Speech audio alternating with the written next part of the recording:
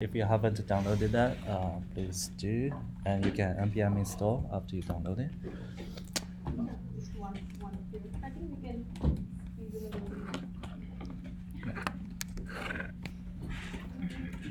bit. Do you think we can start? Get Yeah. started. Hey everyone, this is Refit, and I'm from the consumer web platform team, and so is Daryl. So our team mainly focuses on improving the performance for the web application. So we work with the other teams, like we partner with them, and that is how I know Dong. And during the analysis, I found we have a lot of solutions in place to tackle the Babel polyfills and the Babel transforms for our modern users, modern browsers, and the legacy browsers. And somehow there are some problem or the other that we already, with the solutions that we already in place. And then Don went ahead and actually implemented this differential serving, and so far I found lesser number of cons and more number of pros. So that's why this workshop. So the ultimate goal of this workshop is to understand this and see if this justifies among the other options available. And we would encourage you all to go and actually try in your code base and reach out to us if you have a question. Sorry. Okay, that was it. Yeah, if you have any problems, we can actually help each other and done. Okay, cool. Thank you. Yeah, my name is Don. I think I know half of you here, and the other half I don't know. But I'm a software engineer in the P2P web. I've been here for 2 years. You are more than welcome to follow me on Twitter. I'm trying to use that more often. So as Rifas mentioned, recently P2P, we have done a lot of performance tuning, and we actually managed to reduce the JS bundle by 50%, and also the time to interactive also by 50% on the 3G network, 4x CPU. Simulated Chrome DevTool. So that is awesome, and it's actually a lot of fun. There are a lot of things we did. I'm going to talk more about it in the upcoming Dev conference. But if you want to check it out, you can check out this the conference page. We have documented everything there. So many of the things are actually not unique to P2P, but can be general to many other web apps as well. So one of them is this differential serving, which we are going to code actually today. So by differential serving, we really mean to polyfill, the legacy browsers and the modern browsers. So there are actually two things modern browser is different from legacy browsers. One is the syntax. So the ... object destruction, and also arrow function, all those stuff. The modern browser actually support them natively, but like legacy browsers, i.e., no one is really maintaining them, so they definitely won't be able to do that. The other thing is the function, like promise, object.assign, like those array.includes, all those new functions. They are supported in modern browsers natively, but again, for legacy browsers, no. So we have to polyfill them in order for them to work. The thing is that we have to support both. So in order for our app to run everywhere, we basically have to support to be the most compatible. So we have to, usually what we have done is we transpile all the syntax to the old syntax, the ES5 syntax, and we also use polyfill everything basically. That's what Babel has provided us. So Babel, for these two things, Babel provides us exactly two. One is the plugin to transform the syntax. The other is the Babel polyfill. And the problem is now that now legacy browsers, they are happy because everything can be run. But for modern browsers, they are like, why am I getting all those things? Especially polyfills, they can be huge. They can be like 80K for the pass size.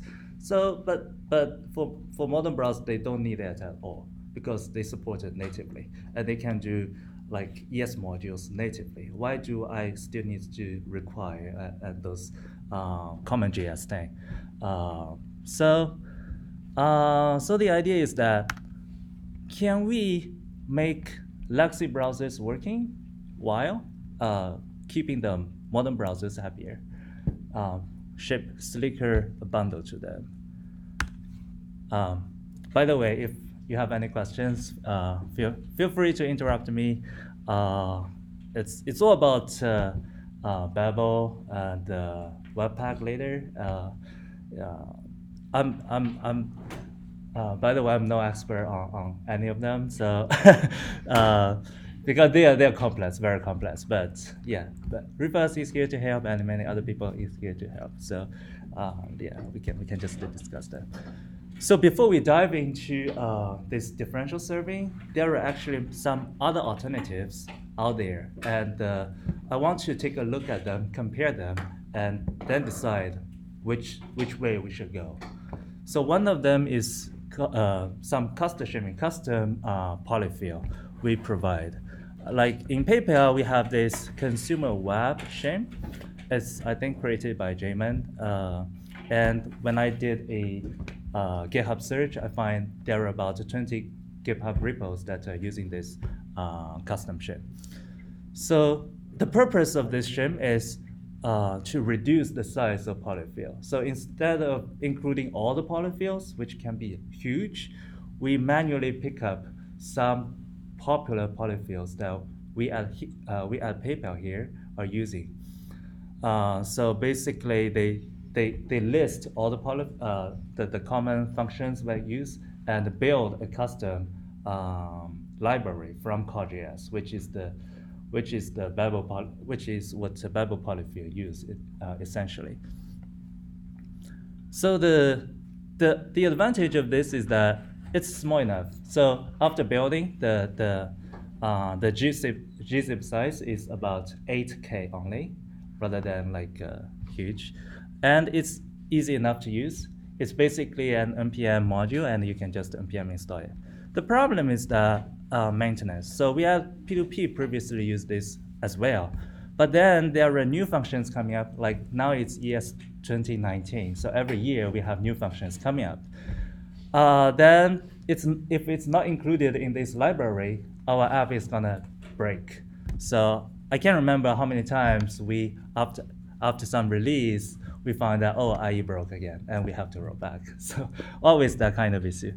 So maintenance, you have to manually keep updated this library.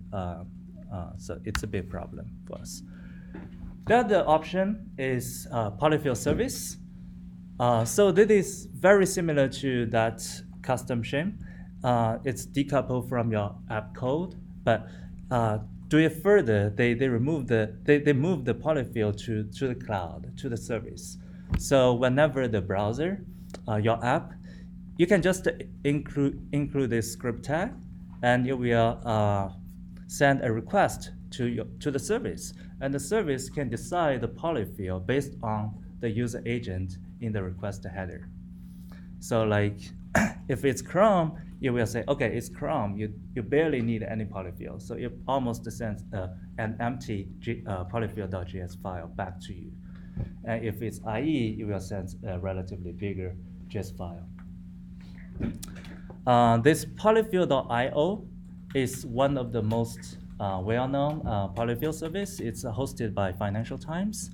The problem with this is that it's not committed to like any SLA. So let's say if it's down, it's down. They are not committed to fix it. So if we are PayPal, it's not ideal for us PayPal to use it directly. But they provide an option, like they expose their polyfill library. So you can use this library to host your own service. So that's better. We actually at PayPal we have this polyfill node web, and the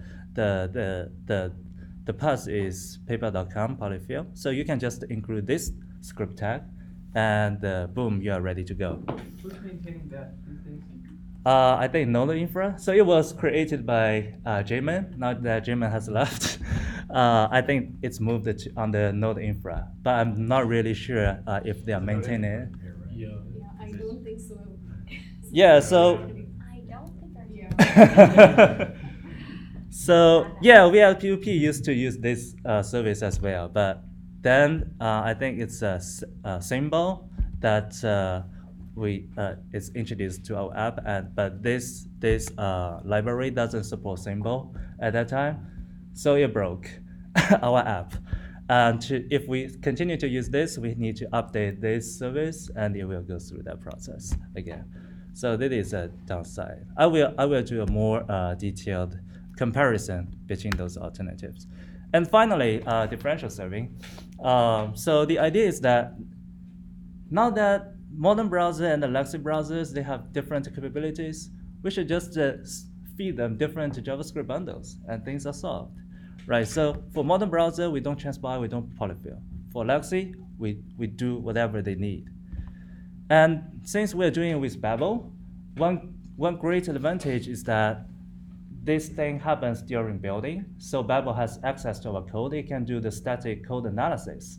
So it even knows what polyfill we need exactly. So only provide the polyfills our app needs. So keep the polyfill to the minimum. Finally, since these two approaches are the most popular, I want to do a quick comparison between these two. Transpiling, of course, it's the polyfill service doesn't do that. It only provides the polyfill. It doesn't. So like ES module, you still need to transpile to CommonJS for IE to work. But differential serving, yes, it will does that for you. Polyfill size, as we mentioned, the service, it will decide the polyfill based on your browser. So technically, it can, for each different type of browser, it can provide the minimum. So that's good. Differential serving, it does that in a different way. It provides a polyfill based on your code rather than your browser. So for browser, you just distinguish as modern versus legacy. It has less grained control on that. This is a big bite for me, actually, for polyfill service. So there are some non-issue about its implementation. Can you go back a little bit? Yeah, sure. The differential by browser versus code, I'm going to paraphrase just to make sure I understand you right. Yeah. You're saying that the minimum by browser is you're going to give everything that anybody could likely want to polyfill, but based on the browser. All right. Minimum by code means I'm only going to give you those polyfills that you're actually using, but I'm Exactly. going to give the minimum so that all browsers can work with it, even if that browser doesn't need it. No, it will still have two types of browser, modern browser versus legacy browser. Okay. And for modern browser, so for each type of browser, it will decide based on your code. Say if only need, so if your code use array.includes, and you will say, okay, for IE, for this legacy browser, I need to provide this. For modern browser, okay, you already have it, I want to provide. Okay. Yeah, but only provide, even for IE, only provide array.includes. You want to provide the promise and other things. Okay. Yeah. Yeah. Is it the same bundle that will be used for different browsers or It will be different bundles. different? The bundles Yeah. will be different. Right. IE.js. Yeah. So Yeah. something like that. Right. And we will go into that. We will code that in later. Yeah. Yeah, back to this non-issue. So like Kent actually found when he was developing, maintaining PayPal.me, he found, some weird issue. And they later find it's actually the polyfill implementation. So their implementation is maintained by the Financial Times teams themselves, not the more whereas the differential serving, they are using the core.js, which Babel actually use. So yeah, it's more popular, has a wider community. Like just from the start, it has 8,000, whereas that Financial Times, it has like 80, something like that. So this is a big thing. Time cost. So polyfill service, since it includes a script tag, to fetch that file. So it does include an extra blocking request, and this polyfill has to be executed first before your app code. Otherwise, your code will break. So yeah, this is another downside. For differential serving, now since we are generating 2 JavaScript bundles, the build time probably takes a little bit longer, but not really a big issue for me. And we actually haven't really found a significant delay. Caching is what service stands out. Like since for a certain browser, the polyfill probably will never change. So technically you should cache it forever probably. But for differential serving, since the polyfill is shipped together with the app code, if your code changes, the polyfill is probably also changed. So the user probably needs to re-download it. But there probably is some workaround on it. That means that you're bundling it with your app. Yeah, but you're not separating them as the polyfill is 2 requests. This is your app and the polyfill in one file. Yeah, but you can probably actually separate out with code splitting the things. Yeah, so there is a workaround for that. This thing is pretty cool. Like for PayPal, there are so many apps. If we are using service, they are using the same polyfill. That will be super cool. The user don't need to download it again and again. This won't be possible for differential serving. Complexity to implement it, service is super straightforward, just to include the script tag. Whereas differential serving, you need to deal with the configs somewhat. But it's not really that complex. It does add some complexity, but otherwise we don't need a workshop for it. but after you have learned it, it's really not that bad. Yeah. Can you just share like a few more bits on the caching related? Why is it invalid with the app? Oh, I mean, this is on the assumption that you bundle the polyfill together with your app code. Correct. So if your app code changes, you need to invalidate the previous code, right? For the user, so the user can download the latest app code. Okay. So the polyfill together That's with only the if there is a code. change, right? I mean, Yeah, only with the change. Yeah. The change with your app. Yeah. And the code, I mean, as implementation wise, right? Yeah, anything you Yeah. change with your app, you add a space. Yeah, You that's gotta because the redownload. whole caching is invalidated, right? Okay. Yeah, Thanks. especially with the current paper infra, with every release, it's deployed to a new hash actually. So everything is invalid. Yeah. Okay. Any questions before we get onto this thing? We can do some hands